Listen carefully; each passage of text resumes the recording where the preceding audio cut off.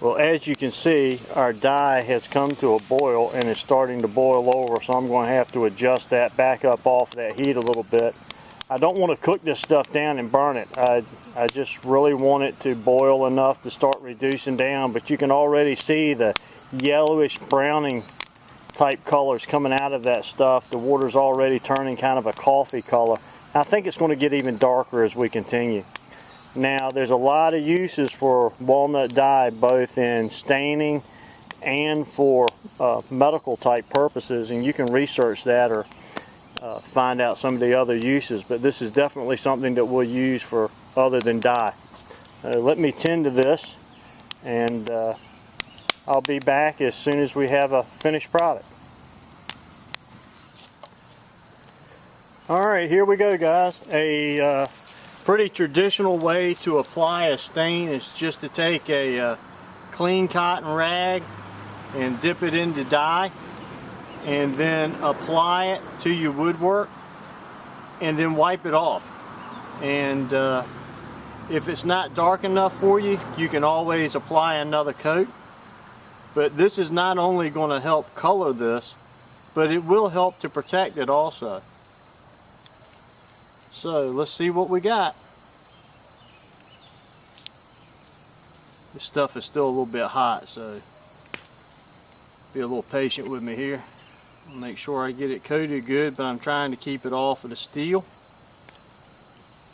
At least everything beyond the handle I'm trying to keep it off of anyway. Alright, wipe that off. I'll tell you what, that's not bad. I think I'll apply one more coat and see where we're at.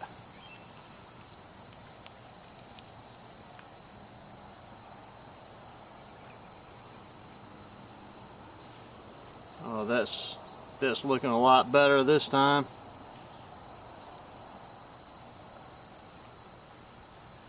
Get this in good. Make sure I've got everything covered. Every piece of it.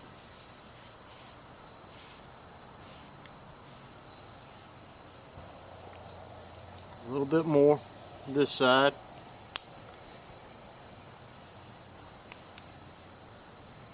That is pretty cool looking.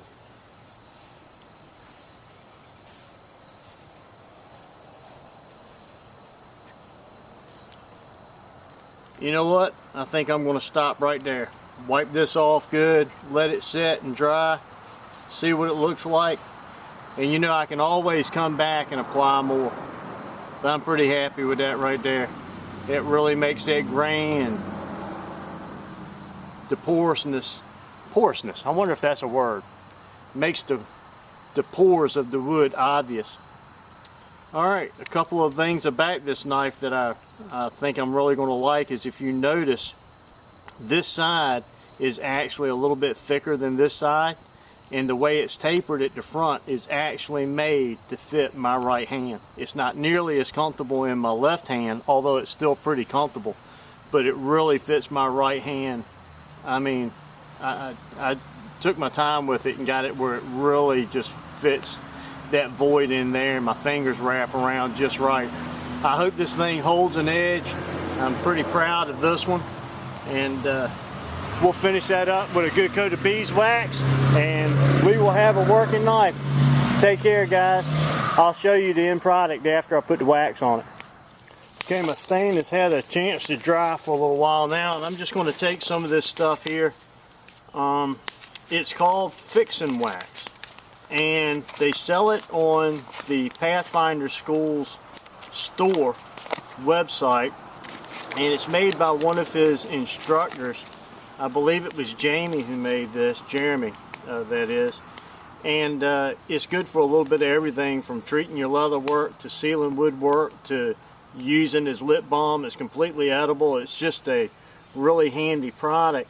I bought it a couple of years ago at the gathering when I went there to make a bow, and when I was done with that hickory bow, I sealed it with this wax, and all I did to do that was I simply rubbed it all over it, and then I took a stick in my hands and just worked it in real good. And it makes a nice sealer. I don't know exactly what's in it. I'm pretty sure there's some beeswax in it and some vitamin E, I believe, and I'm not sure what else, but it stays soft. It doesn't have a smell to it that I find offensive, which I do with many of the products that are out there.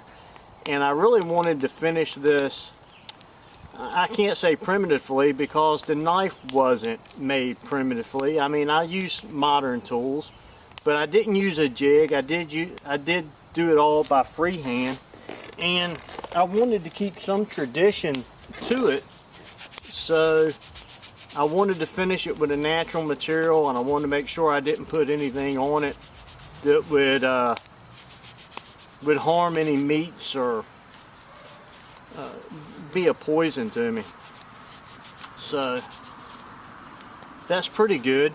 I mean, I think I'll put a couple of coats on it, and I may even put a coat on it and let it sit out in the sun and really penetrate that wood well.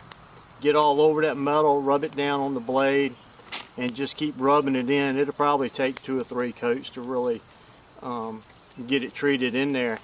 But you know, I made a wooden spoon and a couple of other small camp items, and I preserved those and sealed them with this same fixing wax, and they turned out great. And that's probably what I'll use to protect the blade as I use this particular knife. And I'll probably treat the leather sheath that I'm going to make with it also. So at least it'll be one product to do it all. But that's the way she turned out. I'm pretty proud of that, and I like the way that stain and that fixing wax turned out. So I think we're going to be right happy with that.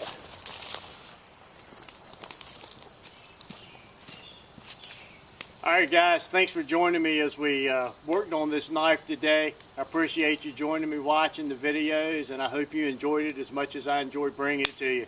Until next time, God bless. I'm Tim Langston with Red Dog Bushcraft.